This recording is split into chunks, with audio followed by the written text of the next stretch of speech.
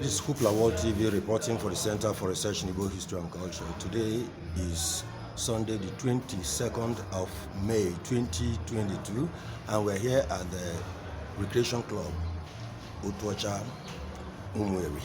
I have the pleasure of the company of a distinguished personality here, a founding member of OMAMBALA Union, the organizers of the program today, and Chief, you are welcome. Thank you very much. Welcome, sir. Would you give us the privilege of meeting you? I know a lot of our people out there want to meet you. I am Dr. CHIKE OBIDIGBO, but many people prefer to call me Osisioma. Osisioma. Yes. That name sounds familiar, sir. Thank you. I'm an industrialist. I was once a politician and a youth mentor and coach. That is the area, my area of special interest. So, do I still qualify to enroll for the mentorship and the coaching? Why not? We have Center for Enterprise and Industrial Development, where we organize some training for would-be and very young entrepreneurs, especially those that are interested in manufacturing and distribution. As a matter of fact, I think it is fortunate. I want us to spend a minute or two on this question because I represent the Center for Research in Igbo History and Culture, and skill acquisition, entrepreneurship development is one of our key points of interest. So I really want to tell us a little more about that. What do you do exactly in that field? What we do is that sometimes we work with organizations that are interested in empowering young people, youth empowerment. But because many of these young people don't have any background knowledge or experience in anything, maybe they're just people that just came out of the university, they want to get involved into self-help projects. Therefore, we were involved in trying to give them some kind of coaching, guiding them on how to go about it. Manufacturing, for example, is a very difficult area of activity, very, very difficult, and requires a lot of knowledge and requires so much experience. But these young people, when they come on board, they don't have any experience at all. And if we leave them to their own, they will squander whatever that have been provided for them to invest. And then that is part of the reason why we have not grown the industrial sector over these several years. It's part of the much money that has been pumped into it. Yes, but we decided to provide a bridge, a gap in between somebody who wants to empower and somebody who wants to be empowered. So I can guide them, help them. When they get that facility, they make the best use of it. We have so many examples of people that were mentored and they're still upcoming, but at least they have a clear sense of the direction. The direction. That's very interesting. And I said, I would be very much interested that is fine. About this because, that is fine. Like I said, for myself, yes, and for the young people that we are trying to mentor through the Center for Research in Igbo History, I think the problem is a very real one. It's a very real one. I've had about 3 young people who have come into our offices in the last 3 days, and we find that one of them is out of university now, but there's no skill. No skill. No, universities don't offer any skill at all. One very sad one in this part of the world. Is someone that majored in computer science and can hardly operate the computer. He doesn't have any skill on the computer. No, we don't do that in this part of the world. We don't inject knowledge into our young people. Just paperwork, pass exam, at the end of it all, they achieve nothing. That is why we felt there's a need for our service.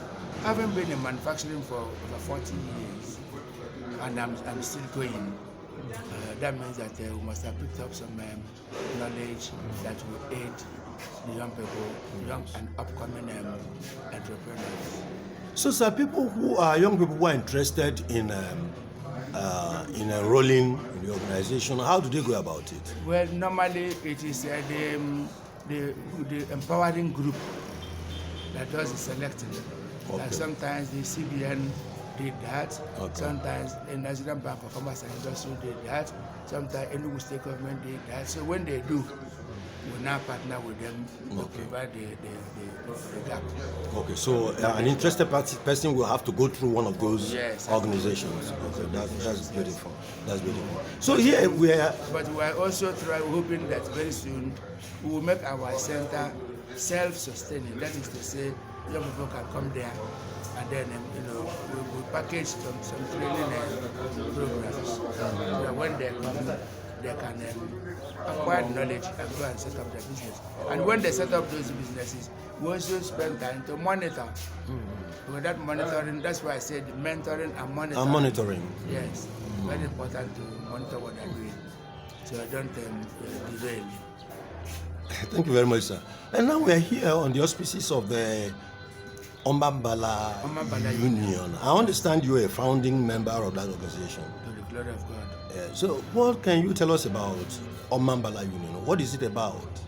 Well, the OMAMBALA Union is, there are about 6 local governments in Anambra State who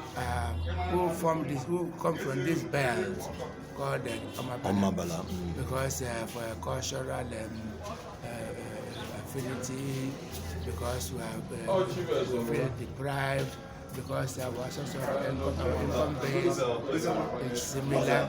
That is to say, we're an agrarian community, agriculture, fishery, that's our livelihood. And then we felt at some point that if we continue that way, without getting an organization that will help our young people, that will provide a platform that will unite our people, at least politically, because we understand a few things. Number one, outside God, politics is the next provider of facilities and amenities for the common person. That is true. So we wanted to be politically very relevant. We were not relevant over so many years. The politics was rotating and evolving between South and Central to the exclusion of the Northern zone. Within that Northern zone, we formed the majority. So we felt that we need to come together. From this union, let it be a political platform, very strong political platform, from where our young people can get involved politically, and which will provide them with a kind of stepping stone into the world of politics, both in Anambra and outside of Anambra State. So that was principally why we did that. And when we did it worked out very beautifully well for us, because it is this platform actually that fought for zoning of this, especially the office of the governor of Anambra State. This platform fought for it. And then when we were fighting for it, I was positioned for that position. Eventually, I didn't get it, but we got it through Obiano. That's one of us. So for this, we feel that our effort yielded fruit. Yes. Very beneficial. So unfortunately for us, when Obiano became the governor, some of our members kind of cloned him. They went around him, captured him, circled him, and then the platform that put him there became totally irrelevant. Totally irrelevant. Nobody heard of OMAMBALA Union again. For a couple of years, there was no meeting. Nobody was calling us. The then chairman, became the Alpha and Omega. Everything that's meant for OMAMBALA goes to him. He was just sitting there, locking OMAMBALA Union from benefiting from what they actually worked for. they work for it. So, but today, when at the end of the Obiano's tenure, where we ought to have benefited maximally because he's one of us. Yes. Unfortunately, he was not a founding member. Secondly, he was never really a member of the union. He was just drafted in and started reaping from where he never showed anything. And all the things that we did to secure that position, because he was not a part of it, we lost out completely.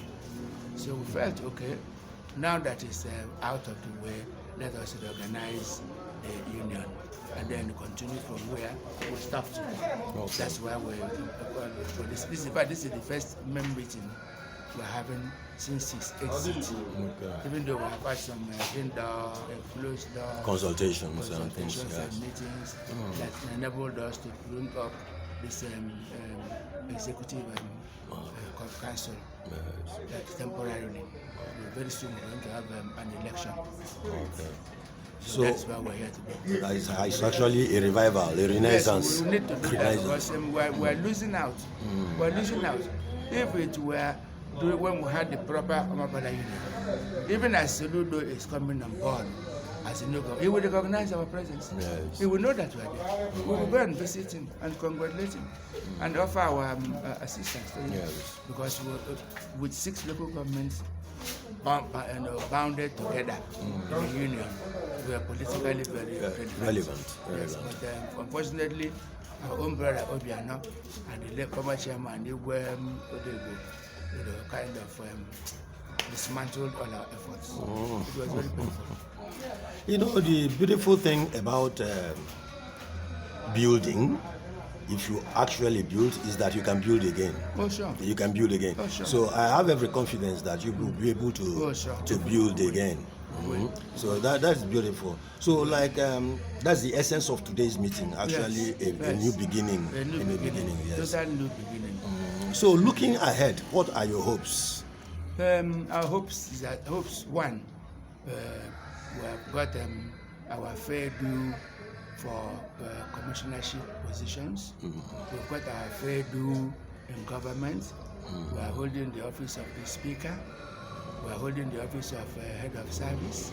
That's from this OMAMBALA. From this OMAMBALA. And so many others. Yes. So with that, we can truly come together.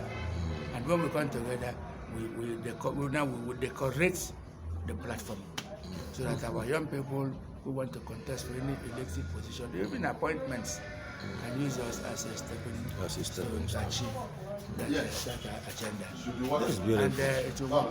It will work. When we have the back out of 21 local governments for Anambra State, we have the backing of 6 local governments. They have gone very far. And then one of the things that we did earlier was that we went into a partnership arrangement with the Old Agwata Union. That's OMAMBALA Union and Old Agwata Union. Yes, that's beautiful. That's building bridges. Yes, that's went into a very solid. They supported us. We supported them. Okay, that's beautiful. So with them, there are still with about 5 or so, other 4 or 5 local governments. Plus our seat, we have got 10. You have got 10 out of 26. Yes, so we speak with one voice at all times. We're going to achieve a lot of benefits from it. And it will also help us to get the correct people in government. Not everybody that comes will pick. We can screen them. We can bring on board very responsible people who will be able to champion our cause and push it further. The benefit again of those coming behind. Having met you and listening to you chair the vision, I think I'm very excited.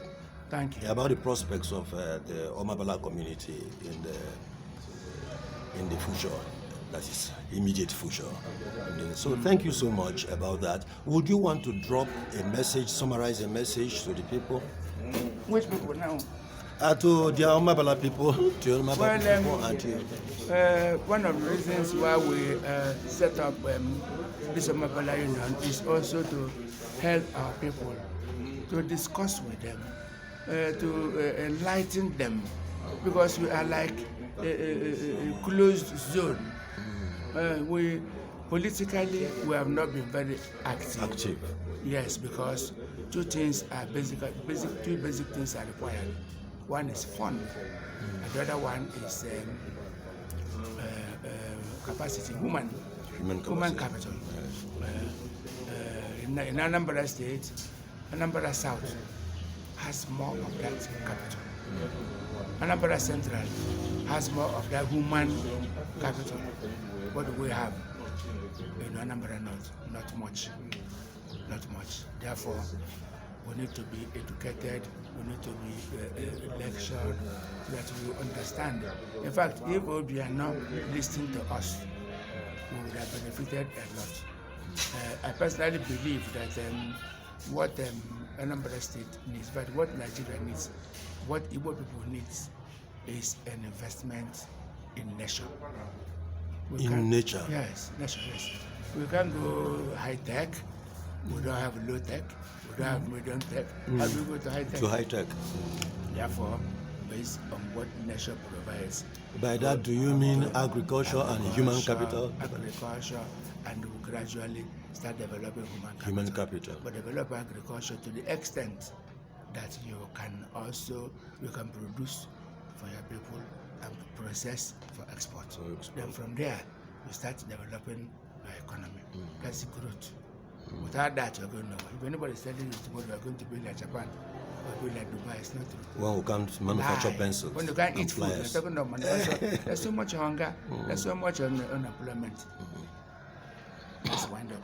Thank you, sir. Thank you very much. It's been nice talking with you. Your name again, sir? Dr. CHIKE OBIDIGBO, Osisioma. My pleasure.